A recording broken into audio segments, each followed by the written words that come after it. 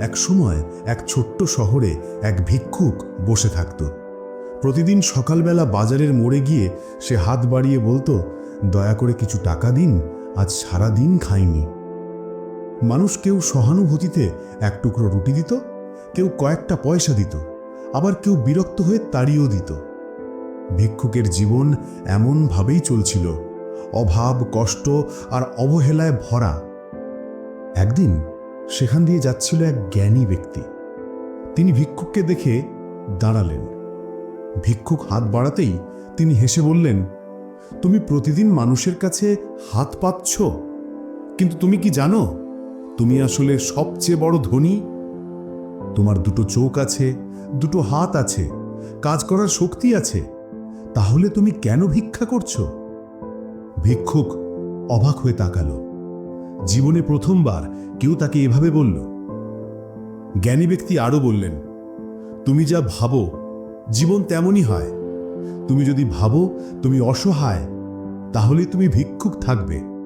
কিন্তু যদি ভাবো তুমি পরিশ্রম করে নিজের জীবন বদলাতে পারবে, তাহলে পৃথিবীর কোনো শক্তি তোমাকে থামাতে পারবে না। সেই দিন ভিক্ষুকের মনের ভেতর যেন বজ্রপাত হলো। সে প্রথমবার নিজের ভেতরের শক্তিকে অনুভব করল। পরদিন থেকে সে আর ভিক্ষা করল না। ছোটখাটো কাজ খুঁজে নিল, ঝাড়ু দেওয়া, বাজারে মালপত্র টানা, দোকানে সাহায্য করা।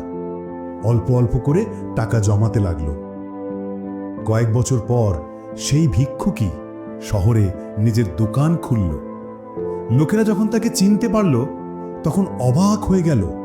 যে একসময় ভিক্ষা করত, সে এখন সম্মানিত ব্যবসায়ী। ভিক্ষুক হাসি দিয়ে বলল, আমার জীবন একদিনে বদলায়নি, কিন্তু সেদিন আমার চিন্তা বদলেছিল। চিন্তা বদলালেই জীবন বদলে যায়।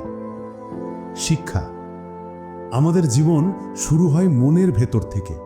যদি আমরা নেতিবাচকভাবে ভাবি, জীবনও অন্ধকার হবে। কিন্তু যদি ইতিবাচকভাবে ভাবি আর কাজ করি, তাহলে জীবনও আলোয় ভরে উঠবে। ভিডিওটি সম্পূর্ণ দেখার জন্য ধন্যবাদ।